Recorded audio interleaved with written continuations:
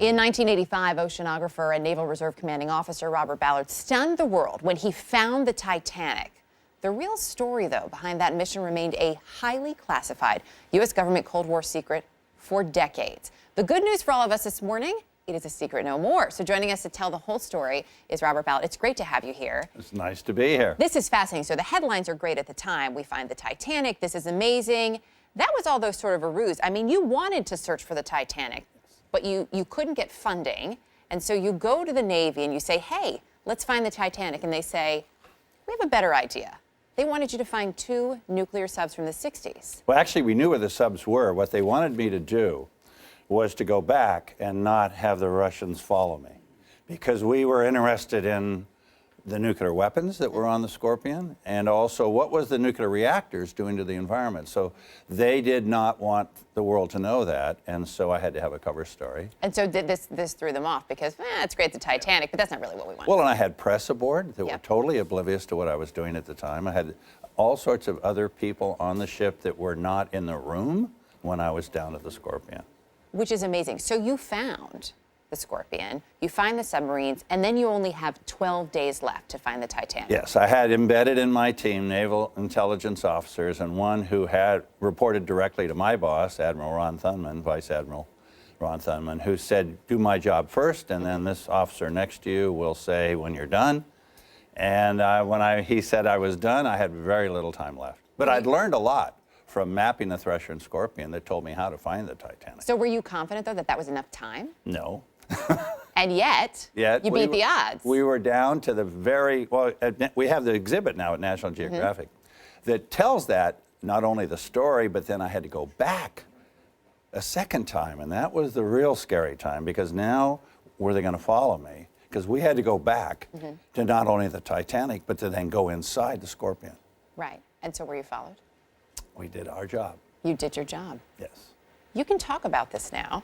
Some of it, yes. Some of it. Why? Because you've done a number of other missions, some 30 odd. You can't talk about any of those? Well, I can talk about finding the Bismarck. I can talk about a lot of other things, but I can't. Not the details. I cannot talk about my other Navy missions, no. They've yet to be declassified. But so why has this one been declassified?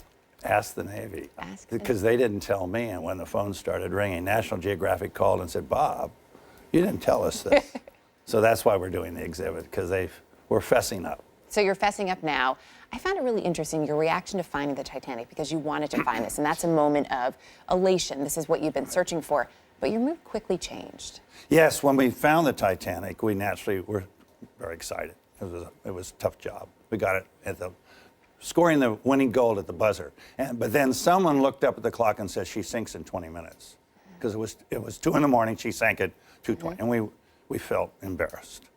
And it was like a wall switch that we just were hit by it. You know, I was not emotionally attached to the Titanic till I found it, and it spoke, and it's very powerful. And then we made a promise that we would never, ever take anything from the site, which we never did. Which you haven't. How do you feel about the fact that things have been taken, that there is still such interest here? Well, there's presently in court on where these artifacts that were taken by the salvagers, we're hoping they go home. Back to the UK, where they belong. But the judge will decide that in Norfolk in the next few days, actually. So stay tuned. We will stay tuned for that. When you think back on everything that happened for you when you were able to find these, well, to get to these submarines, as you point out, you knew where they were, and all the other stuff that you can't talk to us about, but someday we're waiting for the phone to ring, you'll call us and let us know.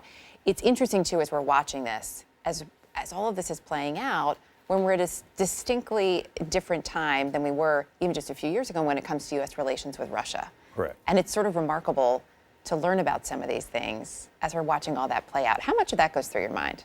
Well, the Cold War, we were busy. And in fact, the casualties were some of our submarines, particularly the Thresher. So, yes, it's a Cold War that has now started again. I thought it was over, but we're back. Do you think that will keep us from being able to talk to you about some of your work? Probably. Yeah.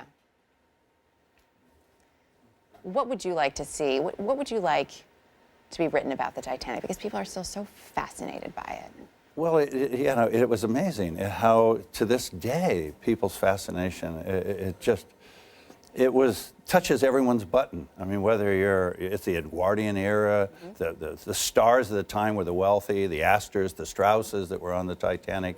It was the largest moving object of the time in the world.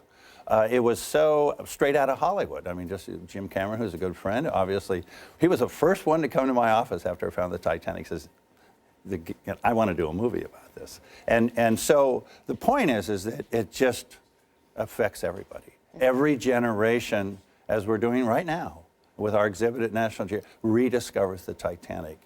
It's such an amazing story where there were villains and there were heroes and all of the above, and it'll never, ever go away. It is fascinating, and you're part of this story. Sort of just has renewed my own fascination as well. Great to have you with us. Thank you. Nice to be here. We look forward to learning more about this secret mission.